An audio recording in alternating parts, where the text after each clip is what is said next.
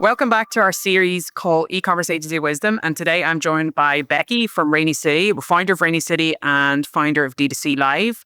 And what we're going to do today is talk, we've got a couple of topics, but the first topic we're going to talk about is hiring, but promoting people into senior roles too soon. So Becky, if you want to do a quick intro and then just talk about what you wish you knew about promoting people that would have saved you some of the heartache we went through over the last couple of years. So Rainy City is 7 years old now. So I feel like we've gone through lots of different trials and tribulations throughout that time. And I think definitely one of the biggest lessons that I've had over that time is like hiring people at the right time for the wrong roles, all like different things. And I think one of the major parts of it is because when you are a small team and you're a startup and you're self-funded, like you don't always have like the big budgets to spend in recruitment, number one on like your recruitment fees, but then also in hiring for those more senior roles and positions. And by not investing as much in staff in the early days, I think it's then been a little bit detrimental because you tend to have people that you've promoted because they've been in the role for the longest amount of time. It's just they're automatically then promoted into that like leadership and management role, and it can have like knock-on effects to the rest of the team, like not just from that they don't really know what they're doing in terms of like experience, but also like the growth of the wider team as well. I think it really impacts that, like when someone's in that role and they shouldn't be, you're really then going to start hindering the growth of the junior team or the midweight team or even like the senior team that's sitting underneath them because they can't grow any further along. And I think it's a really hard like balance to do as you are like growing an agency and you're growing with the team members as well, because you are always going to be at like different stages in like that growth journey. And I think like we've really found as well over the past like 6 months or so is that we are in the process of kind of like reinventing who we are as an agency. I didn't think we'd have to do that again now.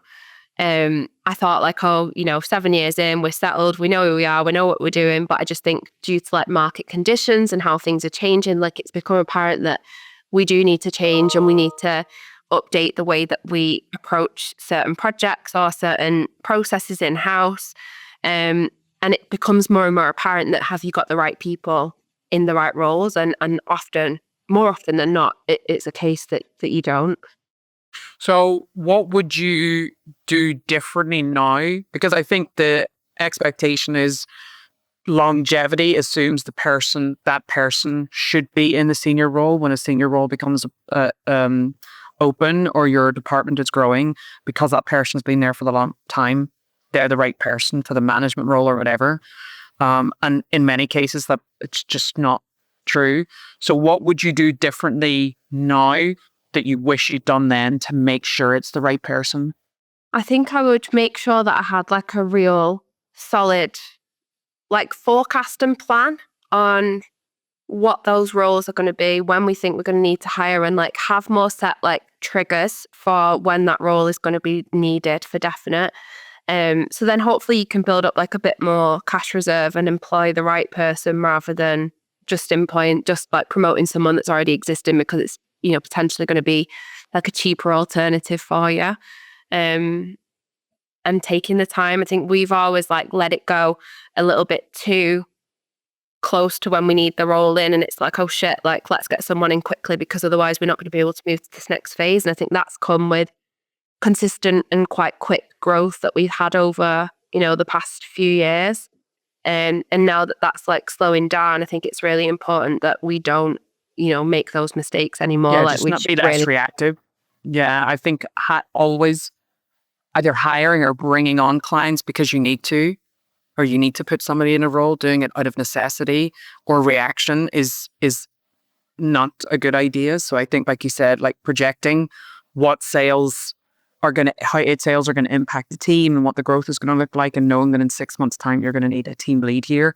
A couple of things that I would say as well is, number one, interview. So always interview, so it gives you something to compare against. and you're not going to marry, well, in my case, I did, but you're not going to marry your first boyfriend necessarily. You're probably going to date a couple of people and then you have something to compare against. So I think even if you have a candidate in the company that you think is the right person, just speak with other candidates as well and just see what different skills they have. So that's number one. And number two, career paths or career plans, like having internal HR structure where you have some sort of framework that if you're a junior, these are the qualities that I expect you to have. If you're going to move into middleweight, then these are your expectations. If you're going to be a manager or a C-level, these are the different expectations in terms of characteristics and skill level and mindset and work ethic and all that stuff. And at least then you can benchmark. Yeah. And you know, like what you're comparing against for sure. Because we've let it happen as well, like where we've, you know, someone's been in that role, they've been in it for a really long time, they've automatically kind of been, you know, promoted to a senior and they've just kind of been left to it. And I think then because it's not like your necessarily area of expertise as like a founder or like, you know, MD of a company, you don't always know what's being done right, what's being done wrong. And like you kind of just leaving it to that person. And I think that also creates problems like further on down the line when you're like, you know, what the hell's been being worked on for all this time and we've not kept a close enough eye on it. So yeah. Yeah, I guess that takes it on to the second topic that we mentioned, which is handing over sales too early. That was a painful lesson a couple of times. I know there's one of my agencies in Germany, and they have hired 4 people in the last 2.5 years. And I think we're on the 4th or 5th, and we're seeing signs of improvement. But yeah, so what you wish you knew about handing over sales. I know that we're looking now to fill that sales role again. The trauma has been processed and we're ready to go again with sales for Rainy City. But what would you do differently now that you didn't do then? Yeah, the last 5 times. We'll blame the dog. Yeah, maybe I'm not qualified to answer this one, but I think like sales is such a different, it's like, for me, it's like a whole new world that you need to learn, and founder-led sales are so different as well, I think, to how other people typically sell. But I mean, for me, I definitely think a salesperson has to be 100% motivated by money.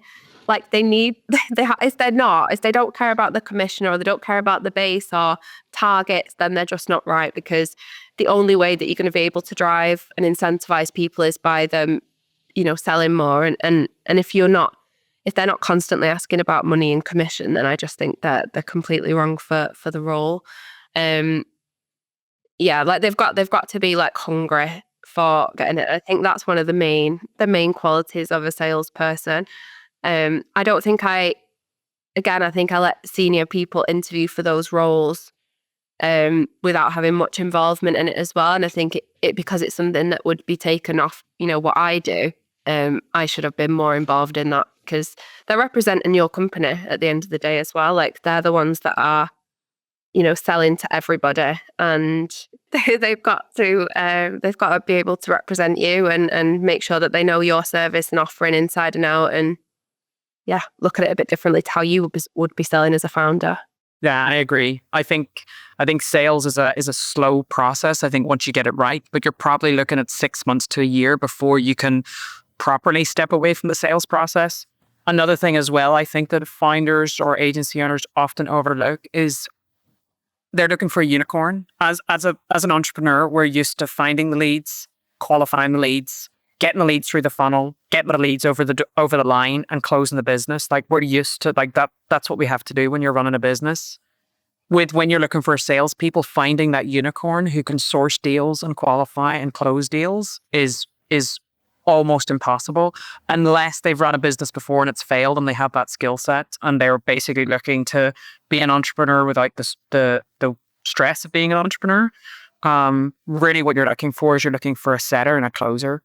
Like in that setter, you train that person into somebody who can qualify, an appointment setter, or somebody who can source leads, or you have somebody who can close business and ideally qualify. But really that comes down to like one of the agencies that is in the UK network, they've hired a sales guy who's a closer.